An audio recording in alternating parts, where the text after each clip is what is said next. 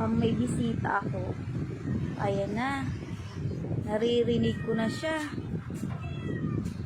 Charan! Nandito na naman si Mingming Black. Gutom na naman ikaw. Isa siyang stray cat. Pero mabait tong pusa na to.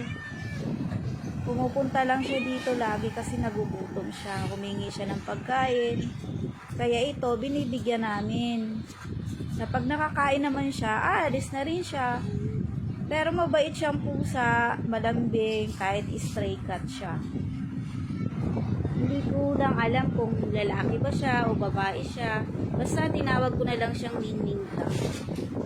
Sa tulong at awa ng Diyos, malusog siya, hindi siya nagkakasakit.